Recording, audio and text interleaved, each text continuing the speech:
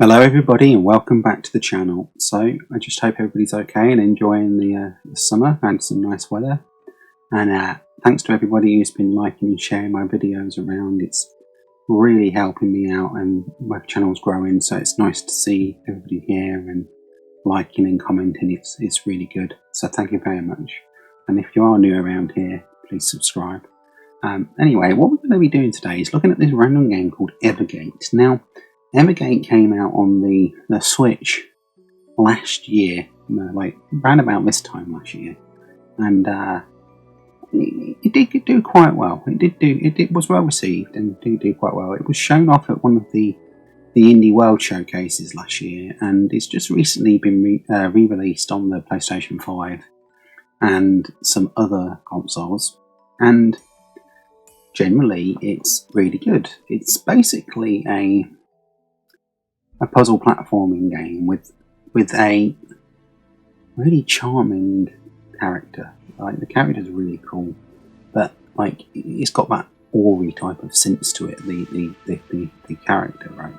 And the aesthetics of the game is really cool, good as well. But the actual design of the levels is what I really want to comment on mostly here, because basically what the game is a game where you have to go and collect little bits and pieces and then get to a gate to go through the door.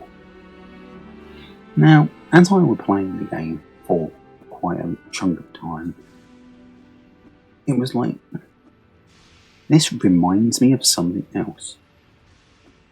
And the way in which you're playing the game, where you have to do certain things or grab hold of something to then jump up to another level or somewhere and collect some of the bits to then get the door to open, like a key or other things, or you'll get on some slippery platform and you'll slide off and you have to go and try and jump over to another area, and so on and so forth. And some of those things have this kind of level design which kind of makes me think Lemmings. It has this Lemmingsy type feel to it, where I've got an exit and I'm down at the bottom there, and I've got to figure out certain ways or tricks to get myself from A to B to C to D to exit. And it gets really hard. It does get very hard.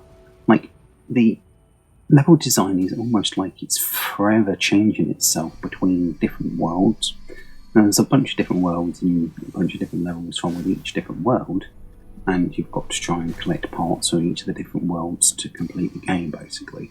But the level design seems to be forever changing between the different worlds, and that really feels like a Lemmingsy type of thing to me.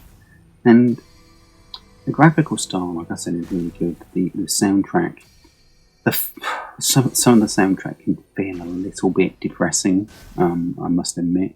It's really well done, don't get me wrong, but some of it's a little bit sad in places. It's like, if you carry on like that, I'm gonna cry. Like, if you carry on with these like tear-jerking type tunes, it's a little bit ooh, like that. There you go. I mean, the story's engaging. It's got a good atmospheric to the whole entire game, and it's really good. And like I say, the difficulty of the puzzles does arc between the worlds. Like, so in each world, when they add in new elements, they kind of give you a couple of levels that give you a taste of how those new elements work, and then they chuck you harder levels for the rest of the world, and so on and so forth for all of the different worlds. And that's the gist of it.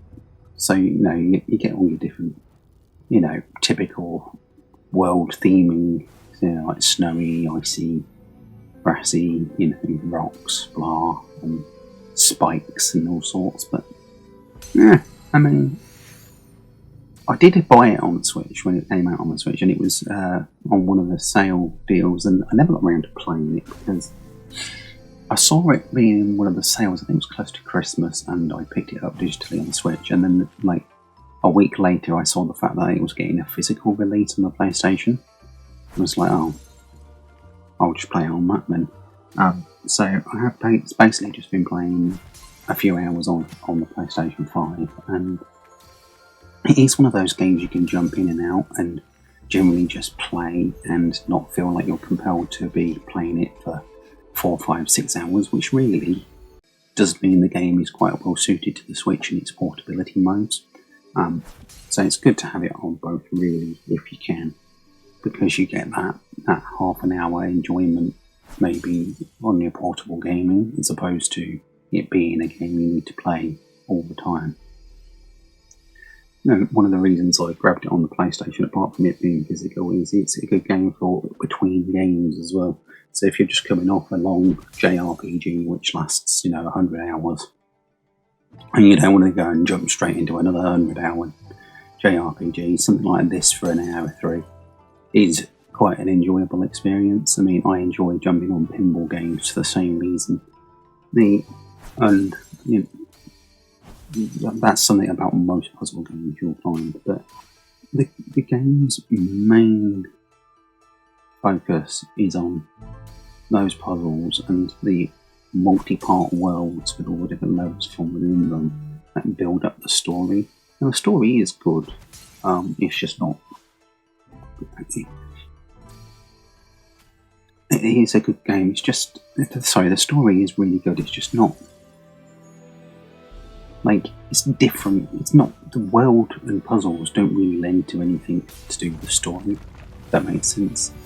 It's almost like the story's one part and the puzzles are all there, and they're not really connected. There's not much going on between the two. That's really good, but it's like almost they put a story in there and it's really enjoyable, but you could quite easily just not bother playing the story whatsoever and just complete all the levels and it won't make any difference. Or you could watch all the story and not complete any levels, but if you could do that, then you'd enjoy the story and you'd won't play any levels. You see what I mean? But yeah, in conclusion, the game is very, very good. I really like the game. It's absolutely awesome. It's a solid 8.5 out of 10 probably for the value of the game, for the enjoyability, for the factor of what you get in. It's absolutely spot on. They've nailed it perfectly and I can't really fault it at all. Quite text heavy in places, so if you're not a fan of reading, it's not for you. But, there you go.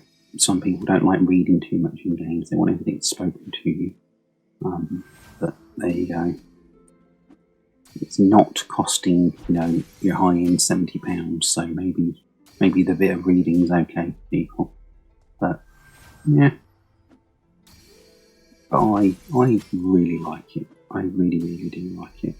And some people might look at it and go, oh, it's just an Ori rip-off, but it's not, because it's a puzzle game and it's all...